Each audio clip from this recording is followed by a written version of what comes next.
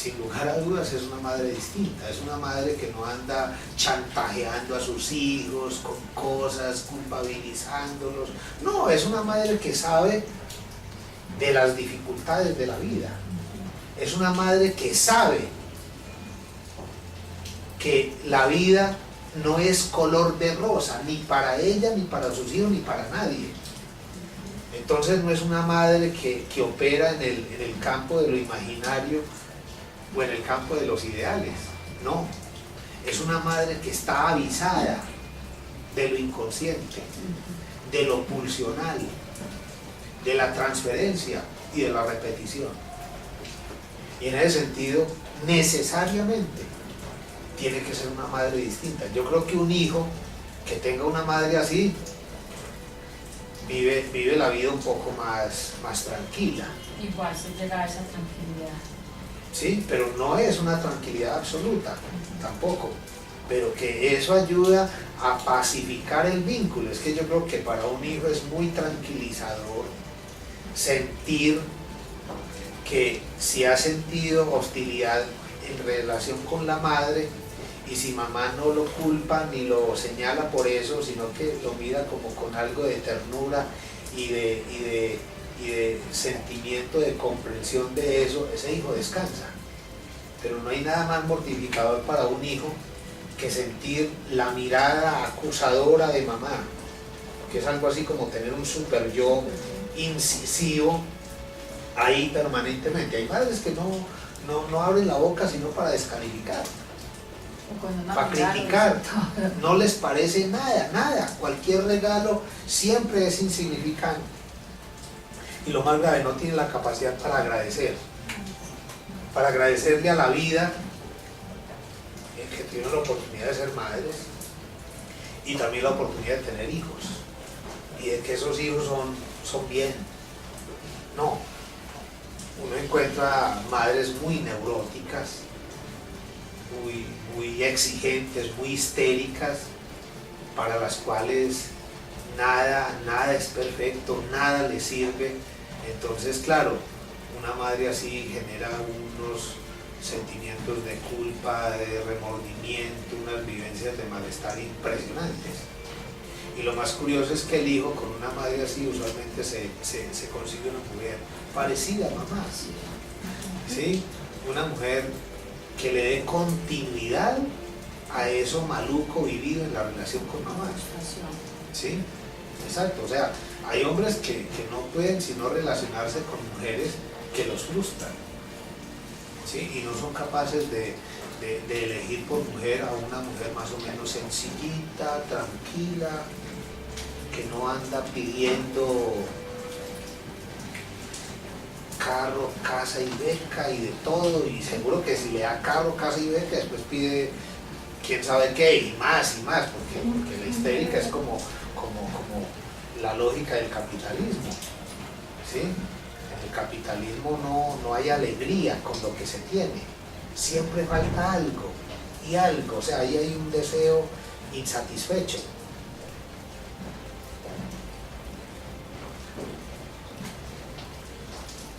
Bueno, yo creo que ahí hemos tocado un poquitico un asunto muy problemático, y es el asunto de la transferencia materna. Y me explico. Transferencia materna, porque también la transferencia es paterna. O sea, el paso por la infancia temprana implica o ha implicado en cada caso una introyección de vivencias y de experiencias tenidas en la relación con papá y mamá. Por eso es que es pertinente hablar de transferencia materna y transferencia paterna, porque así como uno transfiere en el semejante, en la relación con el semejante, cosas que tienen que ver con el padre, uno también transfiere cosas que tienen que ver con la madre, empezando porque el ser de cada quien, o lo que se conoce en psicoanálisis como el sujeto del inconsciente, el sujeto del inconsciente se constituye a partir de qué?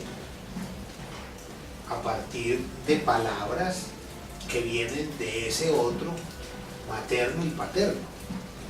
Entonces, lo que podríamos llamar la personalidad, o sea, la combinación entre ellos, yo y super yo, es un asunto que tiene que ver con papá y mamá. Y aquí estamos hablando sin nombrar todavía. Miren que hasta el momento yo no he mencionado prácticamente la noción de Edipo.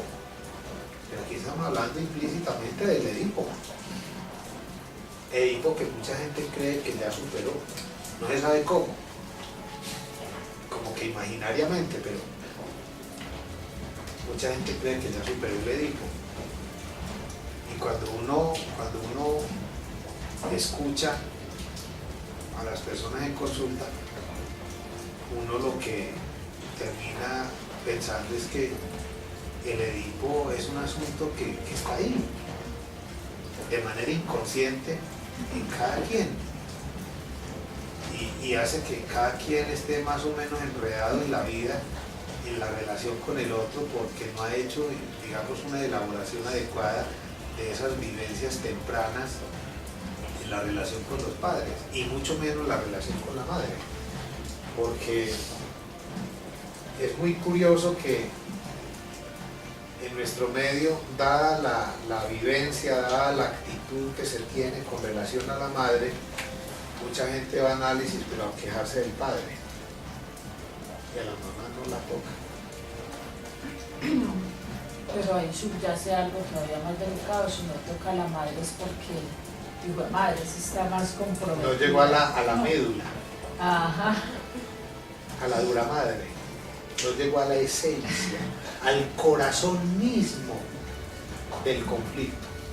Por eso era que Freud recomendaba de que, y Lacan también, de que era necesario en el curso de un análisis tocar todos esos aspectos, porque una persona puede estar incluso varios años en un análisis hablando del padre y de todas las cosas que supuestamente el padre le generó, y bueno, y se va de ese análisis y el analista queda un poco preocupado porque en ese análisis de la madre poco se habló, y resulta de que a otra persona se va justamente cuando iba a comenzar el verdadero análisis, porque uno podría decir que son dos análisis. El análisis que tiene que ver con el padre va hasta un determinado punto, y el análisis que tiene que ver con la madre ya es más, en muchos análisis uno podría decir de que la persona se va cuando más o menos se trata un asunto superficial, pero cuando ya comienzan a tocarse los aspectos esenciales del ser, que están bien enquistados, que están bien reprimidos y que generan, que son la verdadera causa del malestar y del sufrimiento, la persona se va. Y mucha gente va por ahí por la vida diciendo, yo quedé muy bien psicoanalizado, y resulta de que se bajó del bus antes de que lo interesante comenzara.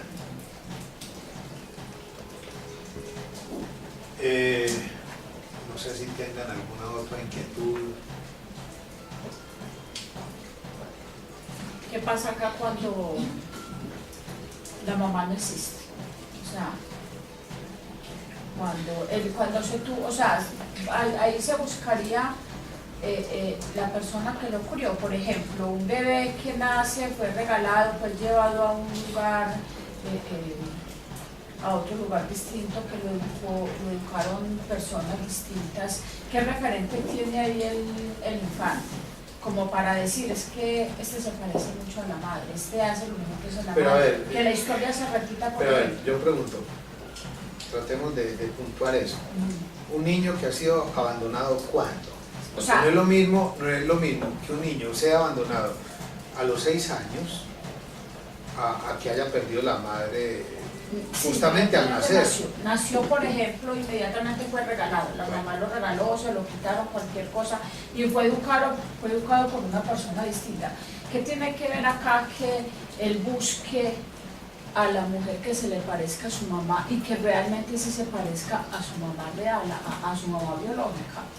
A ver, pongámosle lógica a esto.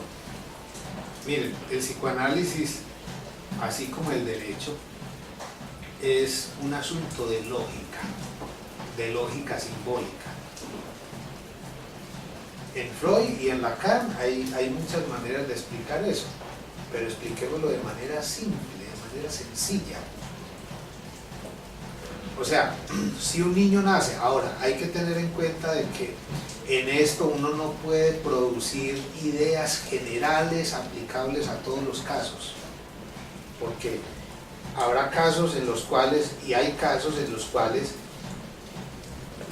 alguien no tuvo a la madre a partir del nacimiento y con los mecanismos de defensa que ese tierno bebecito y posteriormente niño y adolescente y joven y adulto pudo desarrollar, supo más o menos funcionar y salir más o menos avante en la vida. Habrá otro para el cual eso opera como el gran faltante de la existencia. Entonces, esto es muy problemático porque muchas veces uno quisiera escuchar respuestas aplicables a todos los casos, pero no se les olvide de que el psicoanálisis es una práctica que no se dirige a las masas ni a los grupos, y desconfíen de esos famosos psicoanálisis grupales. Eso no es real, eso me parece que es una distorsión del psicoanálisis, porque el psicoanálisis en su esencia más pura es una práctica del uno por uno, del caso por caso. Entonces yo puedo responder, pero haciendo ese tipo de advertencias, porque la realidad es que uno no puede decir algo que sea certero y aplicable a todos los casos. ¿Sí? Seguramente habrá casos en los cuales el sujeto logra operar en la vida, habrá otros casos en los cuales eso quedaría ahí en la psique como un faltante. Miren, ustedes seguramente han tenido la experiencia de escuchar señoras o personas, o sea, los seres humanos vivimos permanentemente opinando en relación con los problemas humanos y haciendo comparaciones. La mayoría de la gente escucha a alguien quejarse de tal cosa y entonces la persona dice, no le preste atención a eso. Mire, fulanito de tal, usted lo conoce, esa persona tuvo tales o cuales dificultades y no padece de eso. O sea, no se queja, no vive triste, no vive deprimido como usted. Ahí hay un error garrafal. Y es creer que lo que un ser humano ha vivido en la relación con sus padres o en la relación concreta con mamá, eso tiene que ser sentido de la misma manera por otro ser humano. Y no es así. O sea, esto es del caso por caso, es un asunto que tiene que ver con el sufrimiento singular de cada quien. Por eso un analista tiene que quedarse callado y tiene que escuchar el dolor singular de cada paciente. O sea, habrá analistas, entre comillas, que escuchan a la gente como al bulto, como si todas las personas fueran la misma persona. Yo creo que ahí no hay analista. Un analista, si algo tiene que saber hacer, es amoldarse, porque es como una especie de camaleón. Un analista es como una especie de camaleón que se sitúa y se acomoda al discurso de cada paciente. No es que yo tengo mucha experiencia y yo llevo 30 años como analista y he atendido tales pacientes y entonces me siento ahí a... No, un analista tiene que trabajar y trabajar mucho en el caso por caso, y si no lo hace así no es analista. O sea, un analista no es un perezoso que se sienta ahí en la silla a dormir o a descansar porque ha tenido un día muy ajetreado. No, está trabajando, está escuchando y está pensando lo que la persona efectivamente le está comunicando, y no está comparando ahí lo que la persona le está diciendo con lo que escuchó de otro caso. porque eso es otro paseo muy distinto. Digamos que cada paciente, cada persona es como un texto distinto de todos los demás textos que ha leído y lo tiene que trabajar de manera intratextual. Carolina. No, que iba a decirte un caso de un joven que fue dado en adopción recién nacido a una familia francesa, se lo mostraron en las noticias. Y entonces pasa que cuando un niño es dado en adopción, la familia adoptiva siempre le dice que es adoptado, le dice quién es su familia de origen. ¿Y qué pasa ahí pues con esta persona? Él vino a Colombia a conocer su verdadera mamá y su verdadera familia, y él abrazaba a todos y abrazaba a su mamá y decía que él siempre sentía la necesidad de conocer a su mamá. Entonces, ¿qué pasa con un caso así? Miren, eso está hablando exactamente del caso de Edipo. Relean ese caso. O sea, es que a Edipo se le puede leer como tragedia, como una producción maravillosa de la literatura, o también se le puede leer como caso clínico, porque lo que muestra la historia de Edipo es una cuestión similar. Edipo fue adoptado y durante la estadía de la adopción siempre lo acosó la pregunta por sus orígenes. Siempre. Y yo creo que eso que narra la tragedia de Edipo Rey y lo que se puede incluso detectar en la experiencia cotidiana es que la relación con la madre es una relación singular. Miren que por eso los médicos, bueno, los que no están muy impregnados de cuestiones de la época, de la imagen y esas cosas, pero los médicos de antaño, los médicos que saben de este tipo de cosas, incluso le recomiendan a las madres alimentar a sus bebés, que no caigan en esa moda de no alimentar a los bebés porque es que se van a poner feas, los senos les van a caer, no. Ese tipo de médicos sabían, y muchos médicos saben, que eso de alimentar el bebé es un asunto que tiene que ver con la construcción de una vida afectiva estable. O sea, para un bebé es muy gratificante, para un bebé es sinónimo de acompañamiento, es sinónimo de compañía, es sinónimo de calor, es sinónimo de seguridad en la existencia, estar ahí con la madre. Las madres que retiran al bebé, digamos, más temprano que tarde, quizás generan una grieta simbólica en ese bebé. Entonces, si eso tiene lógica, y ustedes lo piensan y dicen, sí, es que eso tiene lógica, eso pasa entre los animales, de pronto la convivencia de los críos pequeños con la madre, ahí no es una presencia muy larga, pues no es una estadía muy larga, porque los animales sí tienen como mayores capacidades para resolver eso de la dependencia, que nosotros los seres humanos somos mucho más dependientes que los mismos animales. Un ternerito, un perrito se despega de ahí rapidito y se pone a funcionar en el mundo. Nosotros no. Nosotros tenemos una tendencia a la dependencia muy marcada. Miren que por eso hablamos de la mayoría de edad a partir de los 18 años. ¿Sí?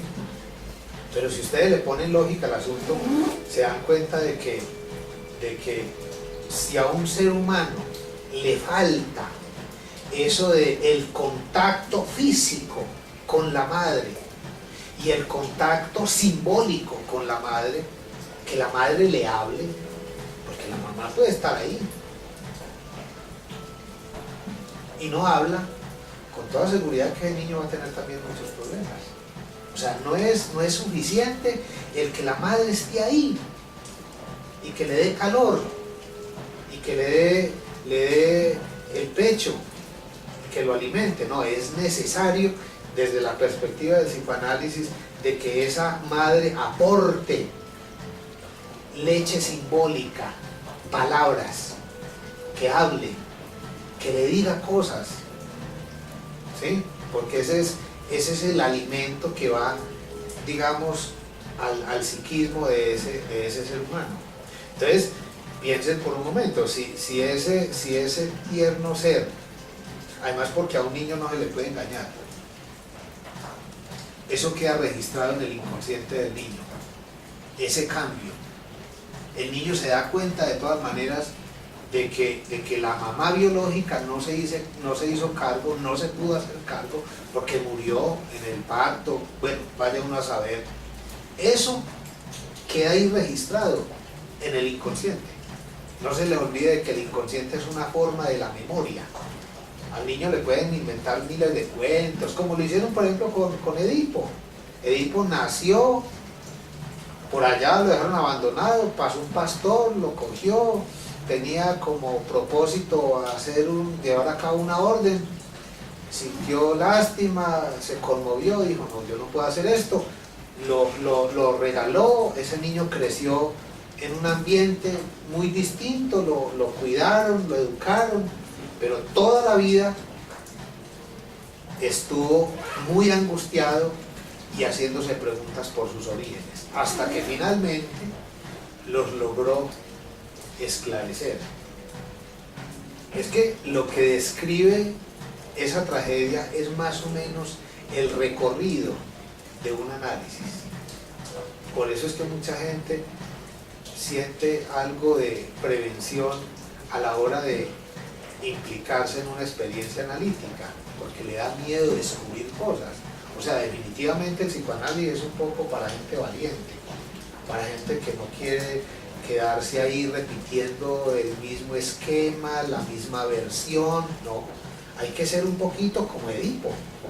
Todos nosotros de alguna manera tenemos que ser como Edipo, o sea, valientes en el sentido de querer saber de nosotros mismos y no quedarnos enredados en la idea de la gran mayoría de la gente de que ¿quién se conoce más que uno mismo? Eso es una ilusión. O sea, en el mundo psicoanalítico se sabe que eso es una simple ilusión y es un brote de narcisismo. Solo la persona narcisista cree que sabe quién es ella. Una persona más o menos aterrizada y untada de estas cosas sabe que hay muchos sectores de la vida psíquica que se desconocen.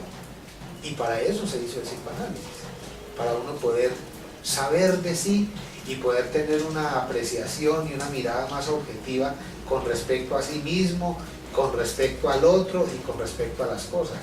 Por eso es que yo decía al comienzo de que si hubiera más gusto por saber de sí y por desentrañar los múltiples enigmas que hay detrás de la relación con la madre, yo estoy seguro de que eso aportaría bienestar, paz, tranquilidad del alma y sosiego en la relación con los demás.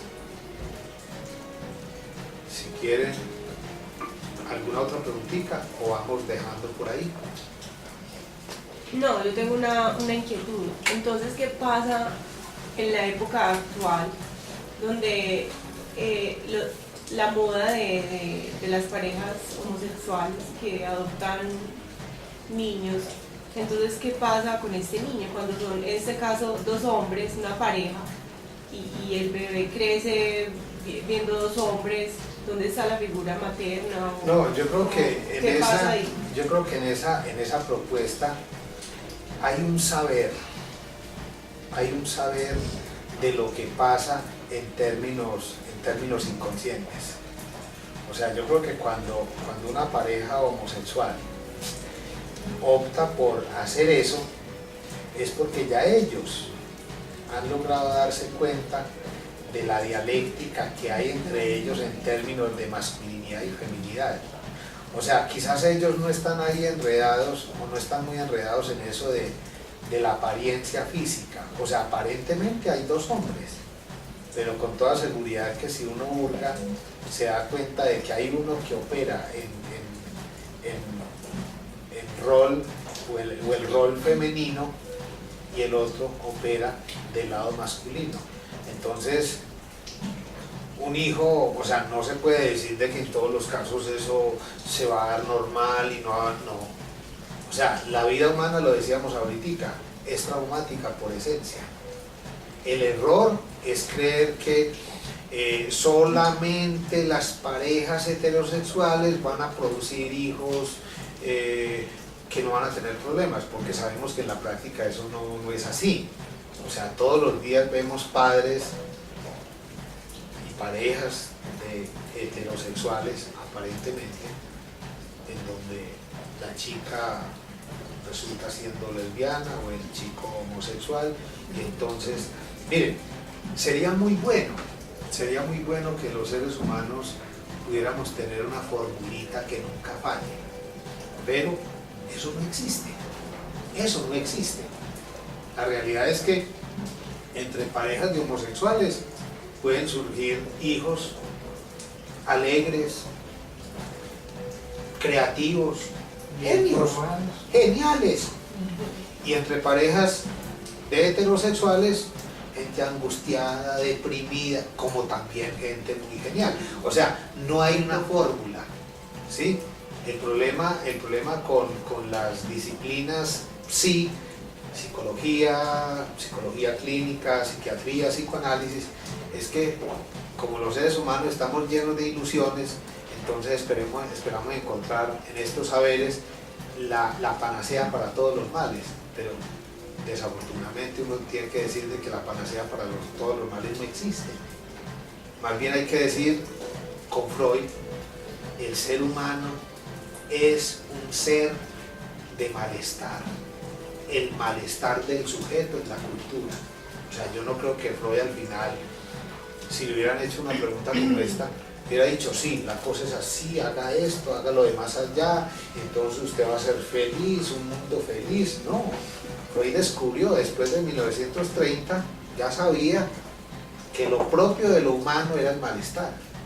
¿Y para qué creó el psicoanálisis? Él se dio cuenta de que cuando la gente habla de aquello que no se puede decir en cualquier parte, eso produce tranquilidad, eso produce sosiego, eso produce paz interior. Pero es una paz racional, porque hay que pensar la paz no como ausencia absoluta de conflictos, sino como reducción de conflictos, y ya la reducción es suficiente. O sea, los seres humanos tenemos que aprender a aspirar a cosas logrables, no a vivir montados en utopías, porque por vivir montados en utopías descuidamos lo real, lo que tenemos aquí, en el aquí y ahora, y lo perdemos. No, hay que aprender a administrar la dificultad, hay que aprender a administrar la angustia, hay que aprender a operar en la vida con la culpa, con el malestar. Por eso cuando una persona va a análisis, y si tenía pensado, por ejemplo, irse de la casa, huirle a la mamá o al papá, dice, ¿como para qué? O sea, empezando porque eso habla muy mal de una persona que está en ese trabajo de reconstruirse, de mirarse a sí misma, de aceptarse en sus cosas más hondas y ocultas y vergonzosas. O sea, habla muy mal, porque una persona más o menos sana, más o menos psicoanalizada, es una persona que no anda corriendo de las demás personas, cortando relación aquí, cortando relación allá, sacándole el cuerpo al uno, al otro. No, se vuelve una persona más tranquila, más generosa, menos exigente consigo misma, obviamente, y con los otros. Es que cuando uno deja de esperar tantas cosas de uno mismo, uno se tranquiliza por los demás. Ya el otro puede hacer, ser tranquilo. O sea, no está esa dimensión del horror, de que es que el otro me dijo, que es que el otro hizo, que es que el otro llegó a tal hora. Eso cesa. O sea, esas madres controladoras, medio locas, medio paranoicas, medio superyoicas, después de que pasan por un análisis, se asientan. Y todo el mundo quiere ir allá a la casa, a hablar con ellas. Pero una señora medio loca, cantaletosa, que es la encarnación del superyo, ¿quién va a querer entrar en relación con esa señora? Nadie. Muy bien, muchas gracias. Muchas gracias.